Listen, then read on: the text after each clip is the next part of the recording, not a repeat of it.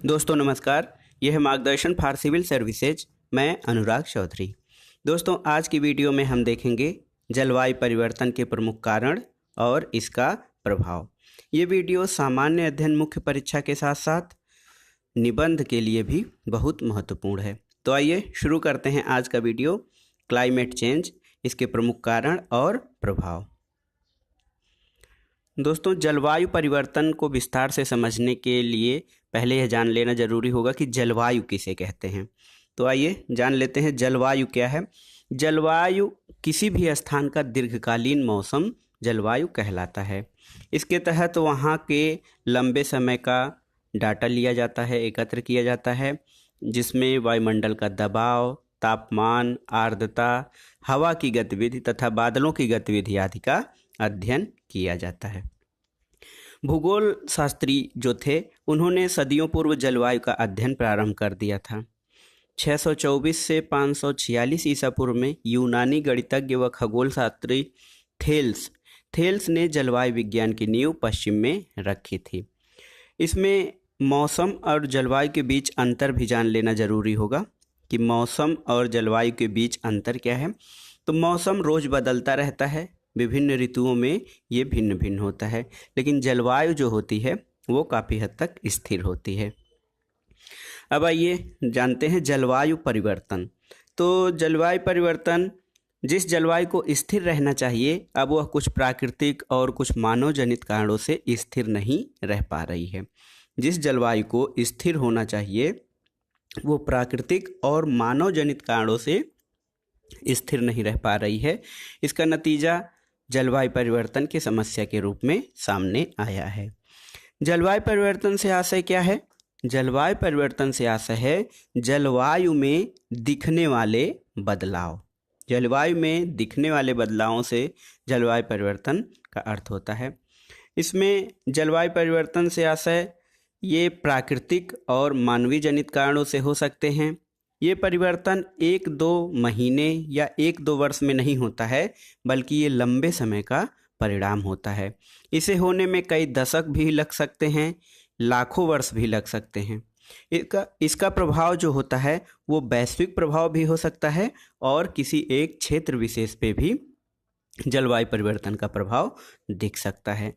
जलवायु परिवर्तन की काली छाया केवल भारत पर ही नहीं, विश्व के अनेक देश भी इस समस्या से जूझ रहे हैं। जलवायु परिवर्तन की समस्या जो है इतने व्यापक रूप में है कि भारत ही नहीं बल्कि दुनिया के तमाम देश इस समस्या से जूझ रहे हैं। यही कारण है कि जलवायु परिवर्तन अब किसी एक देश की समस्या नहीं बल्कि वैश्विक समस्या बन चुका है और इसको लेकर विश्व के अनेक देश फिक्रमंद भी दिख रहे हैं। वैश्विक सम्मेलनों में जलवायु परिवर्तन का मुद्दा छाया रहता है। 2011 में डरबन में जो अंतर्राष्ट्रीय जलवायु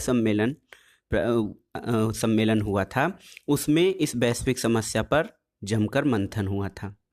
2009 में कोपेनहेगन शिखर सम्मेलन में भी जलवायु परिवर्तन पे गंभीर बातचीत हुई। इसमें जो मेन मुद्दे होते हैं वो होते हैं ग्लेशियरों का पिघलना, ग्लोबल वार्मिंग, अतिवृष्टि, अनावृष्टि यानी सूखा, सुनामी जैसी समस्याएं जलवायु परिवर्तन का ही परिणाम हैं। इस तरह से ये जानना जरूरी है कि जलवायु परिवर्तन है क्या तथा किन कारणों से जलवायु परिवर्तन की समस्या बढ़ रही है। तो आइए जान लेते हैं जलवायु परिवर्तन के प्रमुख कारण कौन कौन से हैं। जलवायु परिवर्तन के कारण, तो वर्तमान समय में जलवायु परिवर्तन की जो समस्या सामने आ रही है उसका कोई एक निश्चित कारण नहीं है। कारण अनेक हैं, जिनमें कुछ प्रकृति से जुड़े हुए कारण हैं तो कुछ के लिए स्वार्थी मानव समाज उत्तरदायी है। वस्तुतः प्राकृतिक कारणों से कहीं ज़्यादा मानव जनित कारणों से जलवायु परिवर्तन जैसा वैश्विक संकट हमारे सामने खड़ा हुआ है। पहले हम जलवायु परिवर्तन से जुड़े जो प्राकृतिक कारण हैं उसके बारे में जानेंगे। जलवायु परिवर्तन के प्राकृतिक कारण, प्राकृतिक कारणों में मुख्य रूप से ज्वालामुखी और महासागरीय धाराएं जलवायु परिवर्तन के लिए उत्तरदायी हैं। ज्वालामुखी भूपर्पटी की वे दरारें ज्वालामुखी कहलाती हैं जिनके अंदर की द्रवित चट्टान, लावा, राख और विभिन्न प्रकार की गैसें निकलती हैं। जब ज्वालामुखी फटते हैं तब अनेक प्रकार की गैसें बाहर आती हैं जिनमें मुख्य गैसें जो होती हैं वो सल्फर डाइऑक्साइड है, सल्फर ट्राइऑक्साइड, क्लोरीन है, जलवाष्प है, कार्बन डाइऑक्साइड, हाइड्रोजन सल्फाइड तथा कार्बन मोनोऑक्साइड शामिल होता है। ये जो गैसें हैं, धूलकण और राख, ये सब वायुमंडल में फैलकर जलवायु को प्रभावित करती हैं। ज्वालामुखी तो शांत हो जाता है, लेकिन ये लंबी समयावधि तक सक्रिय रहकर जलवायु को प्रभावित करती हैं। विस्फोट के कारण धूल और राख के कण बहुत ऊपर तक जाते हैं और वर्षों तक वायुमंडल में विद्यमान रहकर जलवायु को प्रभावित करते हैं। दूसरा देख लेते हैं महासागरीय धाराएं। तो पृथ्वी की सतह पर लवण जल का विशाल फैलाव महासागर कहलाता है। ये जो जल है ये मीठा जल नहीं है, नमकीन जल है। पृथ्वी का 70% से भी अधिक हिस्सा जल से घिरा हुआ है, जैसे सागरों और महासागरों के रूप में ये है। यही कारण है कि जलवायु के निर्धारण में महासागर और सागरों का योगदान बहुत अधिक होता है, क्योंकि 1/2 हिस्सा पृथ्वी का जो है वो महासागरों ने घेरा हुआ है। समय समय पर समुद्र अपना ताप वायुमंडल में छोड़ता है, जिससे वायुमंडल प्रभावित होती है, जलवायु भी प्रभावित होता है। काफ़ी ताप जलवाष्प के रूप में धरती पर ग्रीन हाउस गैस के प्रभाव को भी बढ़ाता है। इस प्रकार से देखा जाए तो जलवायु को प्रभावित करने में महासागरीय धाराएं बहुत ही प्रभाव डालती हैं।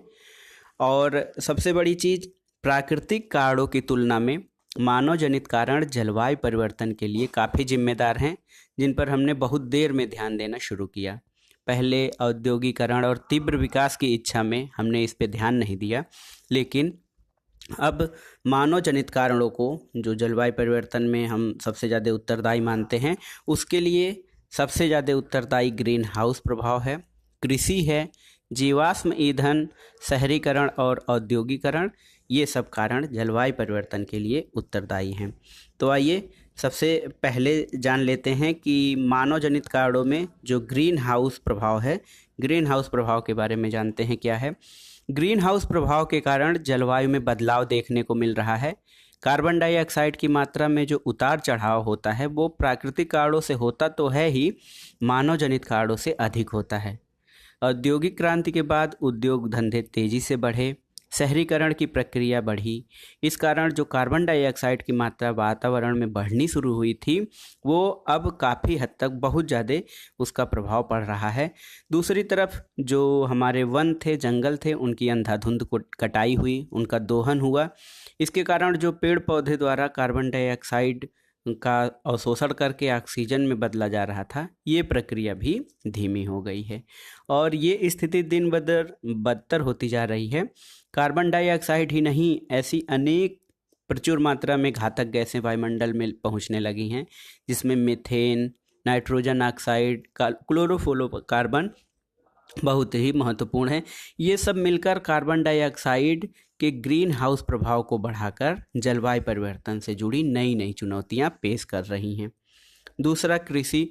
तो जलवायु परिवर्तन में कृषि से जो जुड़े क्रियाकलाप हैं, उन्होंने भी योगदान दिया है। आज हम परंपरागत खेती के बजाय आधुनिक खेती कर रहे हैं। आधुनिक खेती से तात्पर्य है कि अधिक से अधिक उर्वरक, कीटनाशकों का प्रयोग करके हम अधिकाधिक उत्पादन लेने का प्रयास कर रहे हैं। लेकिन मामला ये है कि ये जो परंपरागत कृषि के अतिरिक्त जो हमारी विकासशील या विकसित कृषि है, जिसमें हम केवल उत्पादन लेने पर विचार करते हैं, वो कहीं न कहीं जलवायु परिवर्तन में बहुत ही योगदान देता है। जलमग्न चावल की जुताई से मीथेन का उत्सर्जन होता है। जुगाली करने वाले हमारे पशु भी वातावरण में मीथेन का उत्सर्जन करते हैं, जिससे ग्रीन हाउस का प्रभाव भी बढ़ता है और धरती का जो तापमान है वो भी लगातार बढ़ रहा है। तीसरा है जीवाश्म ईंधन का प्रयोग। तो जीवाश्म ईंधन जो हैं, इसके दोहन से कार्बन डाइऑक्साइड, नाइट्रोजन डाइऑक्साइड जैसी गैसें बढ़ी हैं। इस मानव जनित उत्सर्जन में जलवायु परिवर्तन की समस्या विकराल हुई है। जो हमारा जीवाश्म आधारित ईंधन है, इसके प्रयोग से ग्रीन हाउस गैसों का भंडार तो बढ़ा ही है और वायु एवं जल प्रदूषण भी बढ़ा है। अम्लीकरण या अम्ल वर्षा जो होती है, वो भी इसी का नतीजा होता है। कार्बन डाइऑक्साइड का सबसे ज़्यादा उत्सर्जन जहाँ कोयले के दहन के कारण होता है, वहाँ इस समय तेल का दहन वायु में 30% से अधिक कार्बन डाइऑक्साइड का उत्सर्जन करता है। अगला है शहरीकरण और औद्योगिकरण।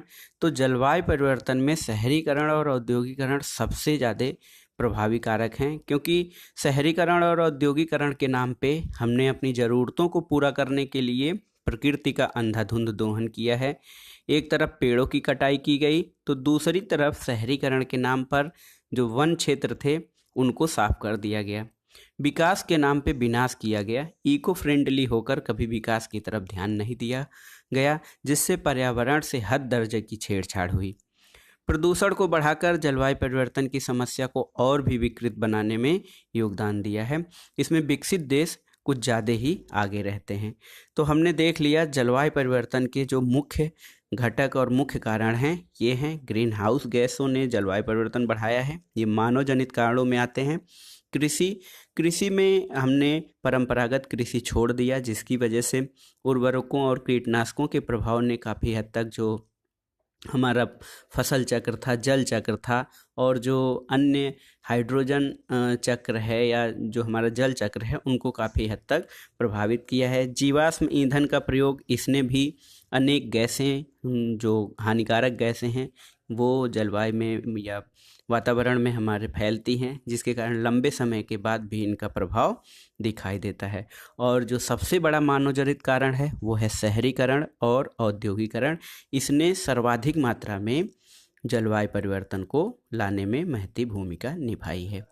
जलवायु परिवर्तन के दुष्परिणाम भी अधिक निकल रहे हैं।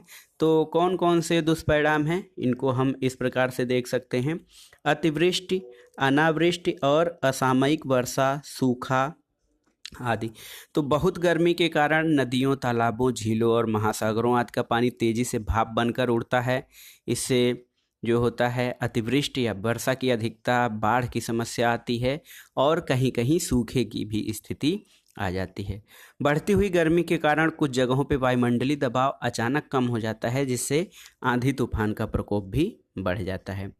कृषि प्रारूप और उत्पादन में कमी जलवायु परिवर्तन का दूसरा प्रभाव है। तो इसमें कृषि पे प्रतिकूल प्रभाव पड़ेगा। तापमान की वृद्धि के कारण पौधों में नमी का अभाव होगा। अनेक फसलों की वृद्धि के लिए एक निश्चित सीमा के अंदर तापमान की आवश्यकता होती है। जब तापमान बढ़ जाएगा तो वे फसलें नष्ट होने लगेंगी, और सबसे बड़ी बात कि उनका उत्पादन भी घट जाएगा। और पृथ्वी में पानी की मात्रा कम होगी तो उसमें जो मौजूद कार्बनिक पदार्थ हैं उनका विघटन और पुनर्चक्रण नहीं हो पाएगा, जिससे सामान्य पैदावार के लिए अधिक से अधिक उर्वरकों आदि का प्रयोग भी किया जाएगा। और इसके अलावा जो और है कीटनाशकों का मानव पे दुष्प्रभाव। तो जब हम कृषि के लिए अधिक से अधिक उर्वरक और कीटनाशकों का प्रयोग करेंगे तो ये मानव खाद्य श्रृंखला में घुसकर मानव पर भी दुष्प्रभाव डालते हैं। इसके परिणाम स्वरूप ये होता है कि मानव जीवन भी अस्त व्यस्त हो जाता है, क्योंकि फसल चक्र का पूरी तरह से आहार श्रृंखला में योगदान है। तो आहार श्रृंखला में जब हम जो चीज़ें ग्रहण करेंगे उसका हमारे शरीर पे प्रभाव अवश्य ही पड़ता है। इसके अलावा जो अन्य दुष्परिणाम है वो ये है कि हरित जैव मास में कमी। हरित जैव मास यानी हरियाली में तापमान के बढ़ने से हरियाली में बहुत कमी आएगी, जिससे पर्यावरण असंतुलित होगा। ओजोन परत सतह को नुकसान। तो तापमान बढ़ने से ध्रुवों की बर्फ पिघलने लगती है, जिससे सागरों का जल स्तर बढ़ेगा। तटवर्ती क्षेत्र जलमग्न होने का भी खतरा बढ़ेगा। इससे जलवायु परिवर्तन का जो सबसे बड़ा प्रभाव है वो असामयिक वर्षा और सूखा की संभावना है। और ग्रीन हाउस गैसों के प्रभाव से ओजोन की सतह को क्षति पहुंचेगी, जिससे पृथ्वी से आने वाली जो पराबैंगनी विकिरण है उसको अवशोषण कम होने से अनेक प्रकार की समस्याएं पृथ्वी पे उत्पन्न होंगी। ओजोन परत की सतह को नुकसान करने वाले जो क्लोरोफ्लोरोकार्बन और विभिन्न प्रकार के हैलोन्स उत्तरदायी होते हैं। तो ये सब जलवायु परिवर्तन के दुष्परिणाम हैं। जलवायु परिवर्तन एक वैश्विक चुनौती है, ये किसी एक देश या एक क्षेत्र की समस्या नहीं है, वैश्विक चुनौती है। इसलिए इससे निपटने के लिए एक समेकित, समग्र, संतुलित और सभी के प्रयास की आवश्यकता है। धरती को बचाने के लिए वैश्विक पहल की आवश्यकता है। इसमें हालांकि सभी देश अपनी अपनी जिम्मेदारी को ध्यान में रखते हुए प्रयास कर सकते हैं। एक तो अपना निजी प्रयास करें सभी देश, और दूसरा वैश्विक स्तर पर भी प्रयास किए जाने की ज़रूरत है।